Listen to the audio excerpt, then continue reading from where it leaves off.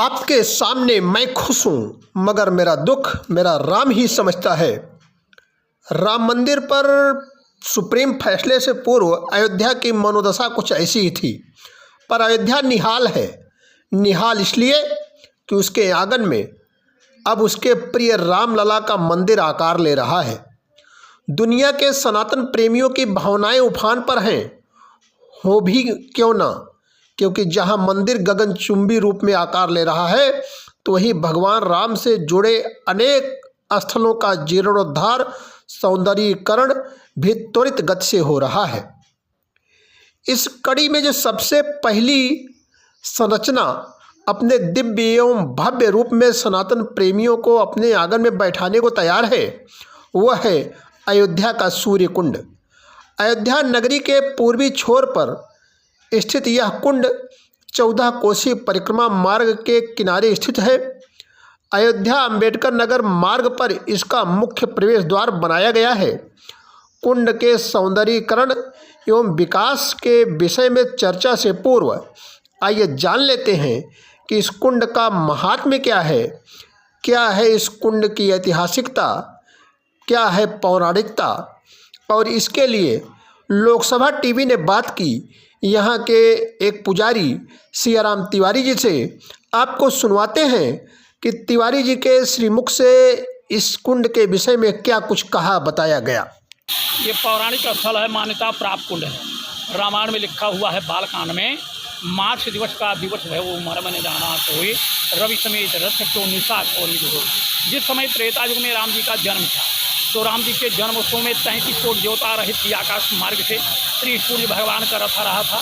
त्रिसूर्य भगवान का रथ सभी देवताओं के रथ के आगे चल रहा था, प्रकाश करते हुए, क्योंकि 33 कोटि देवता थे, प्रकाश की विशेष आवश्यकता थी। त्रिसूर्य भगवान ने रथ को आकाश मार्ग में रोक दिया। राम जी के जन्मोत्सव में खुश होकर के 1 महीने तपस्या किया, क्योंकि भगवान प्रभु राम जी के जन्मोत्सव में 33 कोटि देवता थे, मनुष्यों को कोई गणना नहीं, कितने मनुष्य थे। राम जन्म समय जानी ब्रह्मादि पधारे, धाये सुरचर विमान देव वधू करत गान, शीतल सुगंध पाणी धवल नीधारे। भगवान राम जी का जन्मोत्सव देखने के लिए संसार के जितने देवता थे सभी अयोध्यापुरी को आए हुए थे। देवियाँ मंगल गान को गाती थी और माँ सरयू जी का जलदूत के समान निर्मल उज्ज्वल धारा रहने लगती। वेद मंत्र शोध कर पुराण सब संति और संत को भेद को बताते हैं। ज्योतिषी लोग, विद्वान लोग वेदों में गणना करते हैं, कहते संसार के पालनहार का अवतार हो गया है। इसलिए सूर्य भगवान ने 1 महीने का दिन कर दिया कि भगवान प्रभु राम जी की 6 दिन की छठी हो जाए, 12 दिन की बरई हो जाए, 1 महीने के शुद्धिकरण हो जाए, जो नाम रखा जाता है नाम करके 1 महीने का दिन कर दिया। किसी को नहीं मालूम हुआ 1 मास से। कलयुग में अयोध्या के महाराजा दर्शन पैदा हुए, श्री सूर्यवंशी अयोध्या नगरी, उन्हीं के द्वारा इसका निर्माण हुआ। खुदाई करने पर 7 घोड़े कर सूर्य भगवान की मूर्ति प्राप्त हुई, जो मंदिर में स्थापित है, दर्शन होता है। इसी से इसको श्री सूर्य कुंड कहा जाता है। शंकर जी की मूर्ति निकली, शंकर जी के नीचे खजाना निकला, उसी खजाने से राजा ने सूर्य कुंड का निर्माण कराया। अयोध्या का महात्म देखा गया तो मुख्य रूप से अयोध्या 14 कोस की मानी जाती है। तो ये अयोध्या में 360 से 5,989 मंदिर, इधर 360-65 दिन का साल हो जाता है। किसी की शक्ति साल बढ़ने की है, किसी की नहीं, कोई अमीर है, कोई गरीब है, कोई सिर्फ जंगल झाड़ी में है, टूटा फूटा है, एक दिन जाएंगे, सालों लग जाएगा, कोई जीविका कैसे चलेगा। राजा प्रधान में विचार हुआ कि ऐसा कुछ किया जाए, अमीर और गरीब दोनों की यात्रा पूर्ण हो। विचार करने पर यह हुआ कि कलयुग में कौन देवता गुप्त हैं, कौन देवता प्रत्यक्ष हैं। तो मुख्य रूप से 4 देवता प्रचलित माने जाते हैं, श्री सूर्य चंद्रमा पृथ्वी और जल। इन चारों को संसार आंख से देखता और सभी देवता गुप्त माने जाते, कान से सुना जाता है। वायु चलती हमें आपको आभास होता, पूर्वा हवा चल रही, पश्चिमी हवा चल दिखाई नहीं देगा। इन्हीं 5 तत्वों से हमारी यात्री नाम शरीर का निर्माण हुआ है। चित्त जल पावक गगन समीरा, पंचरत्न अधम शरीरा। इसमें जब किसी तत्व की कमी हो जाती, जल की, अग्नि की, वायु की, ये शरीर मिट्टी के सामान हो जाती है। देवताओं में सबसे बड़े सूर्य भगवान माने जाते हैं। इन्हीं के प्रकाश से संसार में उजाला रहता है। इसलिए महाराजा दर्शन ने 360 तीर्थों का 5-5 कलश जल मंगवाया। सभी मंदिरों की मिट्टी मंगवा करके वेदी बनाई। 11,000 मन का यज्ञ करवा करके 360 तीर्थों का जल में डाला गया। जिसका महात्म जो भी यात्रीगण यहाँ आते हैं, त्रिसूर्य कुंड धाम को प्रणाम करते हैं, 7 बार जल को मस्तक पर लगाते हैं, त्रिसूर्य भगवान का दर्शन करते हैं, तो 360 तीर्थ यात्रा का फल प्राप्त होता है। द्रोण कुंड, अगम कुंड, भीषण कुंड, हनुमान कुंड, सुग्रीव कुंड, प्रज्ञा कुंड, दुर्गा कुंड, काल कुंड, सतीश कुंड, ऋषि कुंड, मणि कुंड, श्याम कुंड, वेद कुंड, विद्या कुंड, सीता कुंड, अगम कुंड, भीषण कुंड, हनुमान कुंड, सुग्रीव कुंड, इस तरह लेकर के 360 तीर्थ का मतलब यहाँ आ जाने से 14 तीर्थ का यात्रा पूर्ण हो जाता है। बोलिए श्री सूर्य भगवान की। यद्यपि इस कुंड का जीर्णोद्धार 19वीं सदी के पूर्वार्ध में शाकद्वीपीय ब्राह्मण राजा दर्शन सिंह ने कराया और उनके नाम पर ही इसके पश्चिमी छोर पर एक नगर बसा जिसका नाम दर्शन नगर है। और दर्शन नगर की पहचान है यह सूर्यकुंड। सूर्यकुंड में साल में दो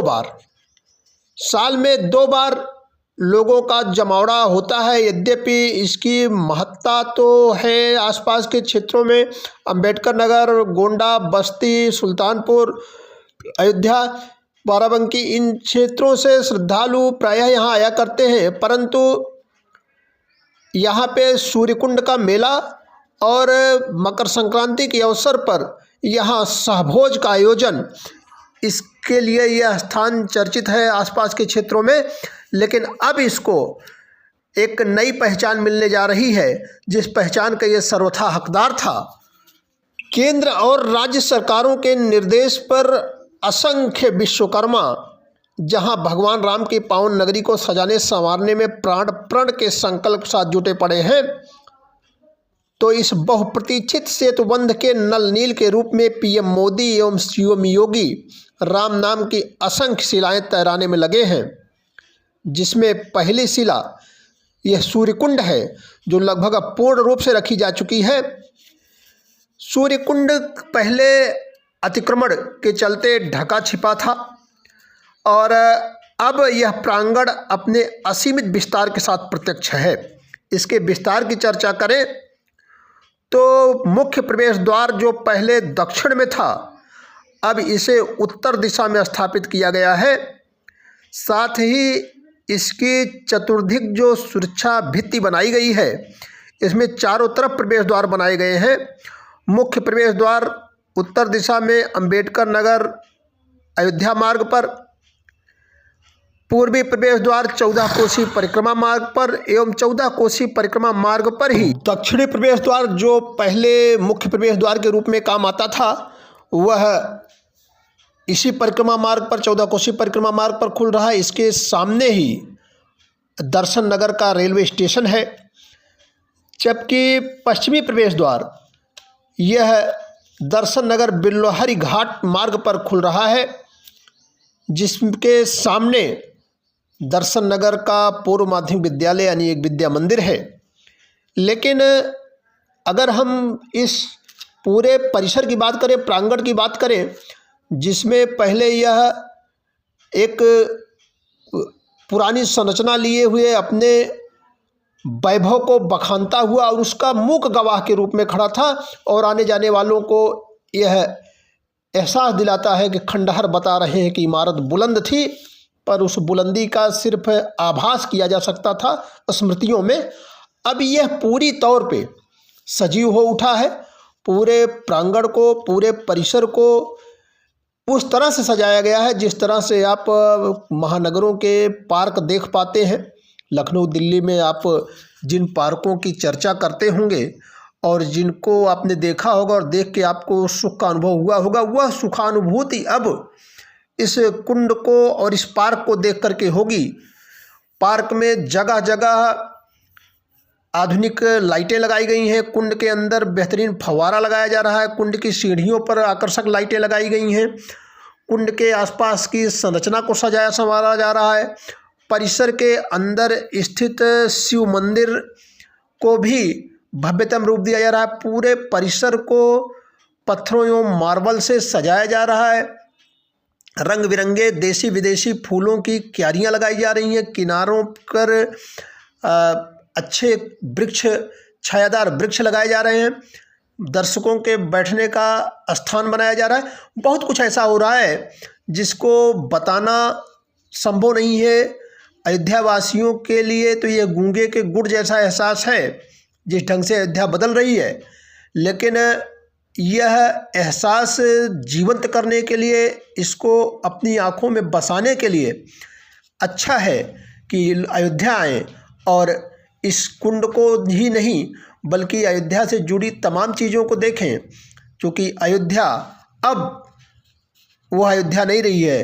अब अयोध्या के लिए दो लाइनें कि गोबर से लिपि दे हरी पर आशाएं बिछी हैं, गुजरेंगे मेरे राम मेरे घर की तरफ से, जय हिंद, जय भारत।